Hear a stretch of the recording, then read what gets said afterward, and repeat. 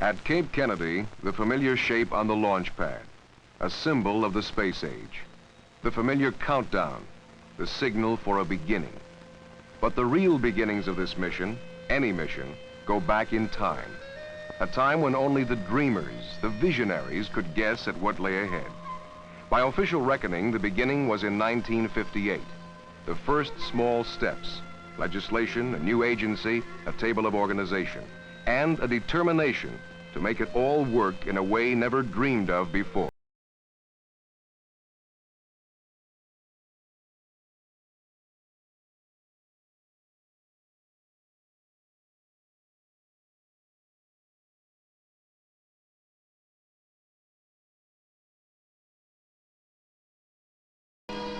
The program did work. It is working. In less than 2 decades, an orbiting laboratory circled the Earth, its crew conducting scientific research and performing experiments, testing the limits of human endurance for long periods in space, duplicating scenes science fiction writers described years earlier. In less than 2 decades, the space program has reached a level of precision, of aweless routine performance. But such routines rarely generate the excitement, the glamour of previous years. Previous years when a small single satellite could command giant double headlines, holding out the promise of dazzling achievements. The early dreamers and visionaries started the momentum. 2 brothers from Dayton soaring above a lonely beach in powered flight. A professor from Massachusetts firing off a rocket. They started the excitement, and it was a long time subsiding.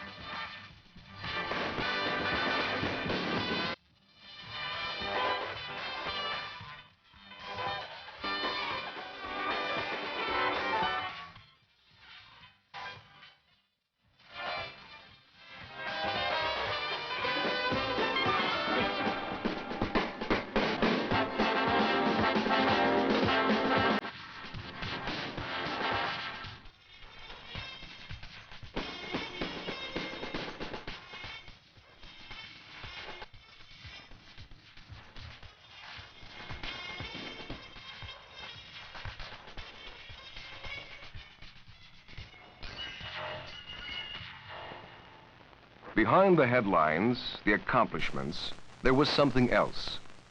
Consider the thoughts of a modern-day visionary, Isaac Asimov, scientist, writer, eclectic watcher of space progress. In any consideration of the space program, it's best not to look upon it as a succession of spectaculars, I think, or to think of it as a kind of baseball game in which that side wins who hits the most home runs.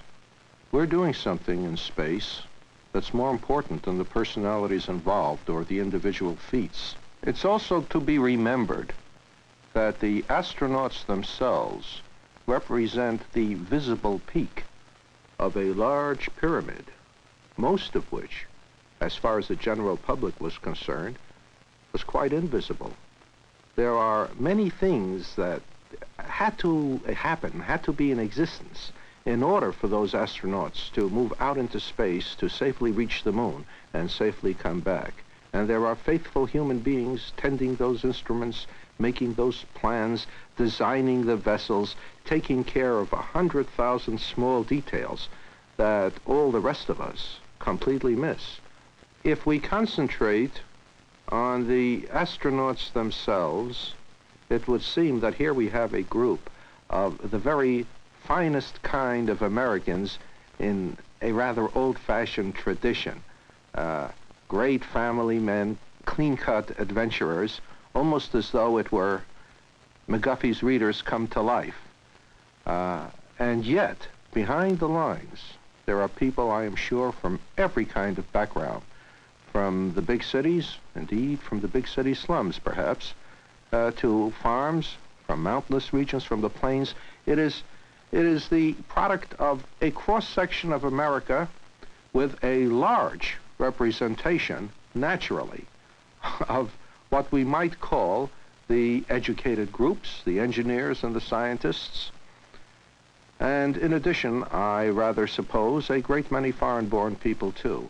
In the last analysis... And so they came, the people and the machines, marshaled and scheduled by a unique partnership of government, industry, and education.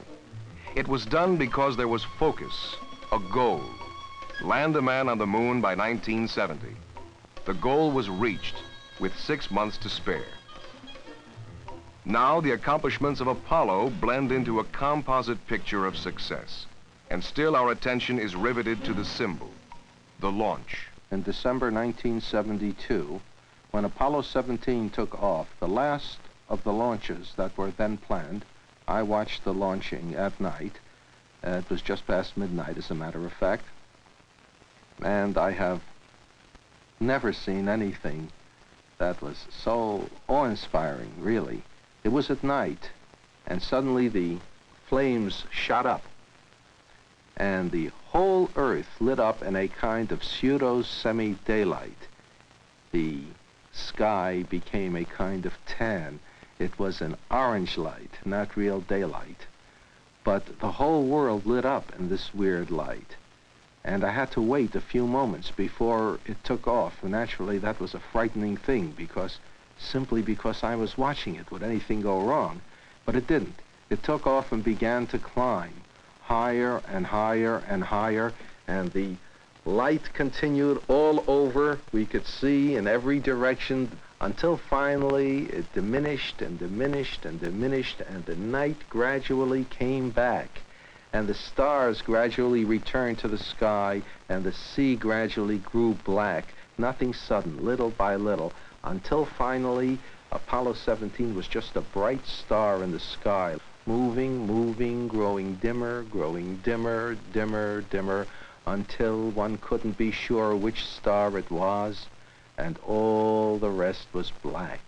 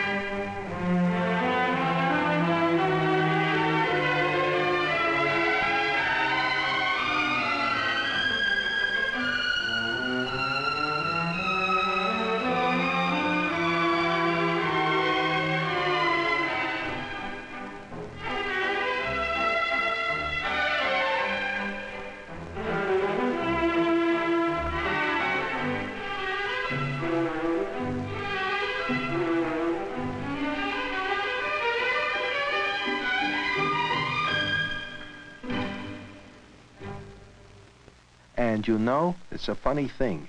No science fiction writer, as far as I knew, ever dreamed that the first step on the moon would be visible on television back on Earth. We always had the notion that they would reach the moon and that man would know about it only when they came back and told them about it. So, you know, there are limits to our ability to predict. And in general, where we're not being completely fantastic, we are hopelessly conservative. With all the success and acclamation, there still are doubts and questions. You frequently hear people ask, but what do we get out of it all? What's the good of going to the moon? So what if they get some rocks back from the moon? And again, this is a case of trying to judge the whole by the little tip of the iceberg. There are a great many things going on behind that which is most clearly visible. There are all kinds of technological advances in computer technology, in communications, in engineering of all kinds, all of which can then be applied in other directions as well. There is nothing that will bear the label made through space technology in some of the less tangible advances. The fact that we can learn how to predict weather better is largely due to our weather satellites. But people forget that. They can watch Olympics in Japan without constantly thinking this is made possible to me by a communication satellite. In fact, what is, in a sense, most wonderful, at the same time most frustrating, is that no one can tell what the most important aspect of an increase of knowledge may be for decades, perhaps centuries. And how many... The people trapped in an approaching storm don't have to wait for decades and centuries. They receive the benefits of space technology immediately. Weather satellites provide an example of down-to-earth applications of space technology, providing data on storms, temperatures, winds. The final result, the forecast, shows up on the evening news because the data is widely available to people around the world, people who use it to prepare long-range forecasts of greater detail, greater accuracy.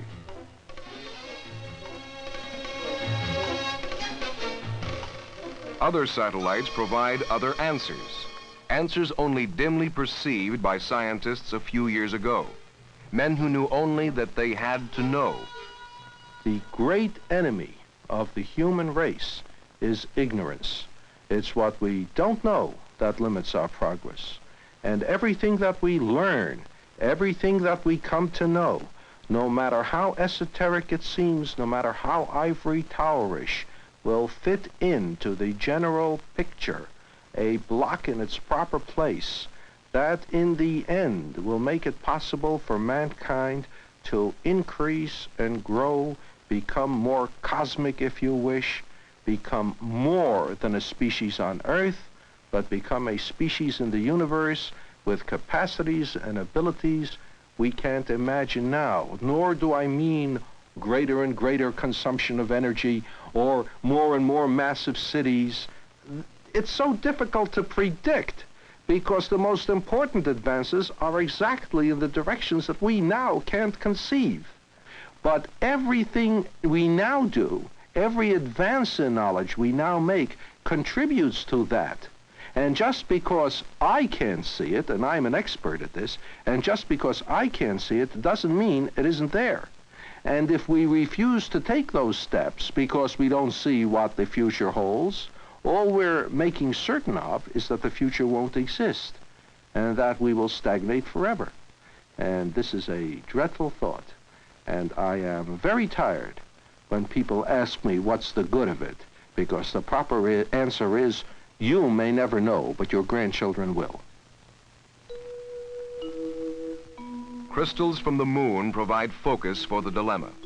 They yield immediate, instant information, yet they hold out the tantalizing suggestion of greater knowledge for the future.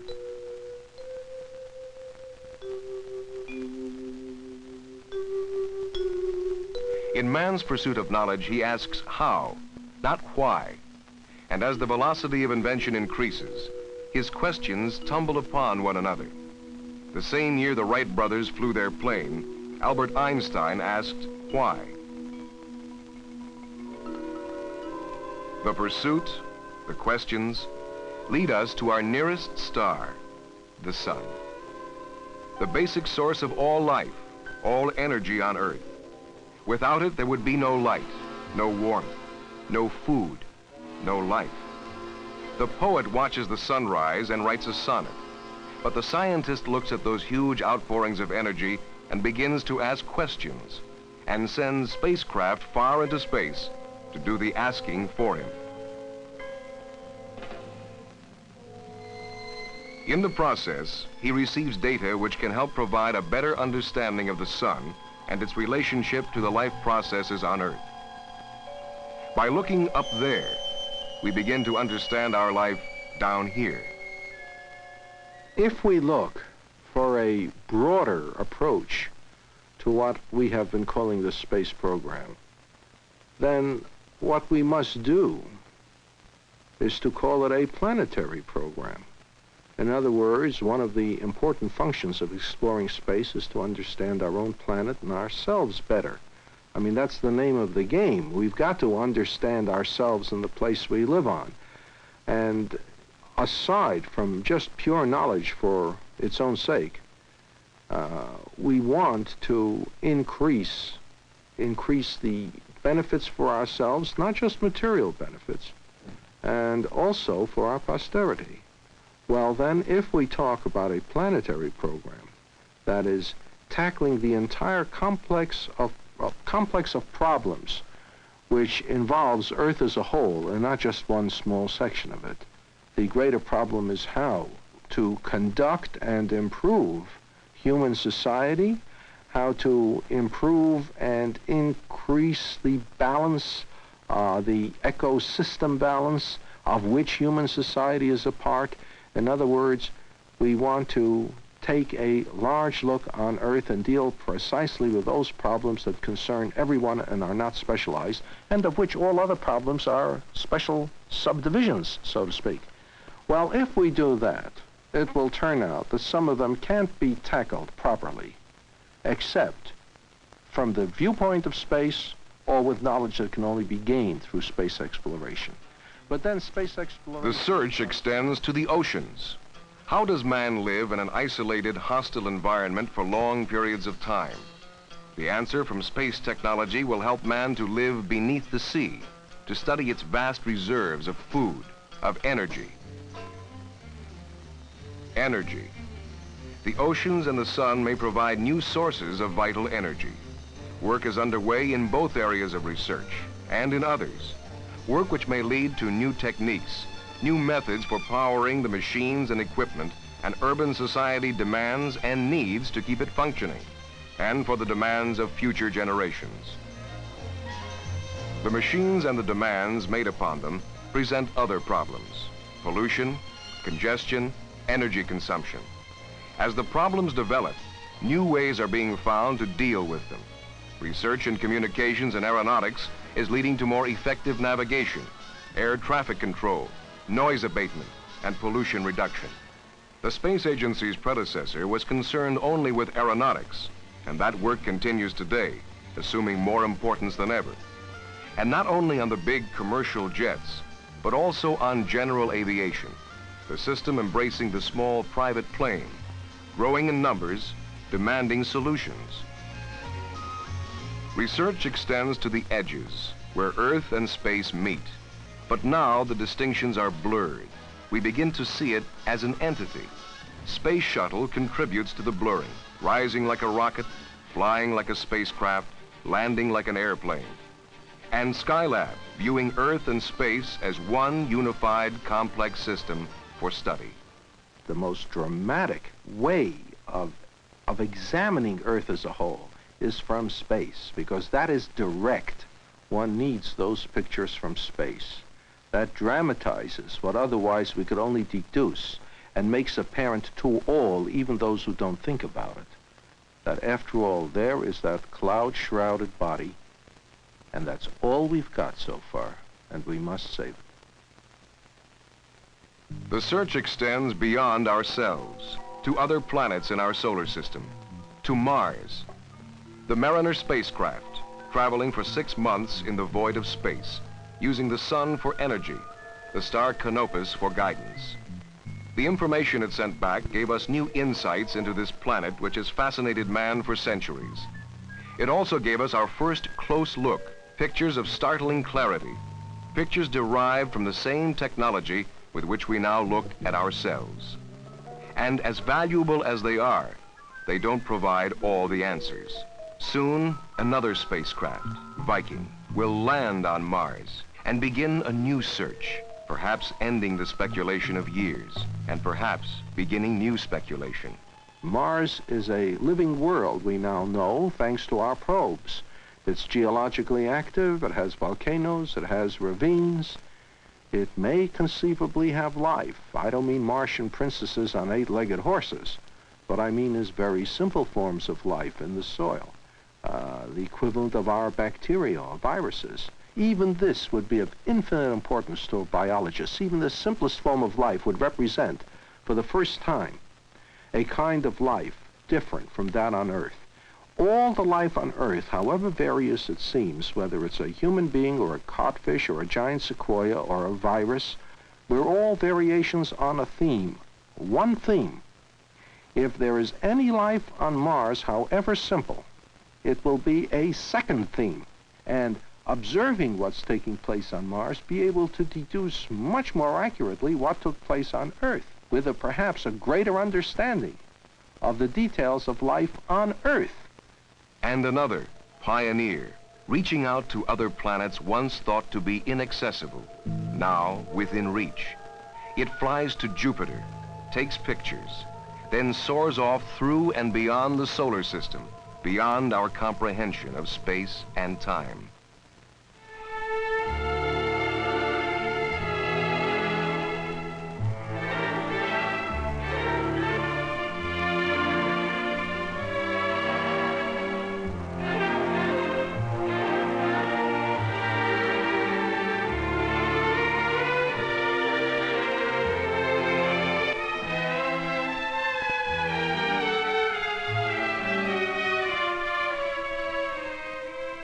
Upon Pioneer 10 is a plaque which carries drawings of man and woman, of the spaceship itself, and various other symbols which an extremely intelligent finder can interpret to give him some knowledge of what we're like, where we are, what we have done, and so on. It seems to me that when it is found, the chances are great will no longer exist.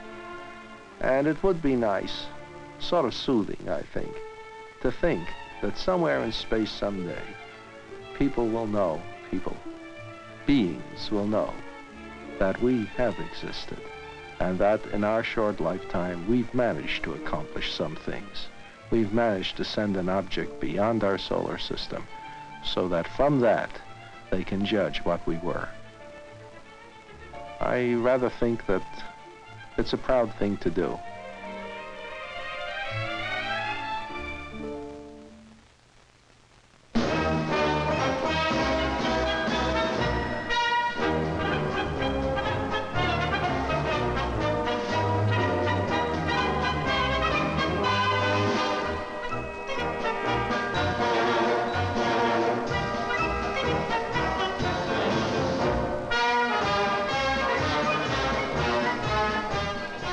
The homecoming parade, along with the countdown and the launch, visible symbols of a program, an inquiry, a quest after knowledge and understanding.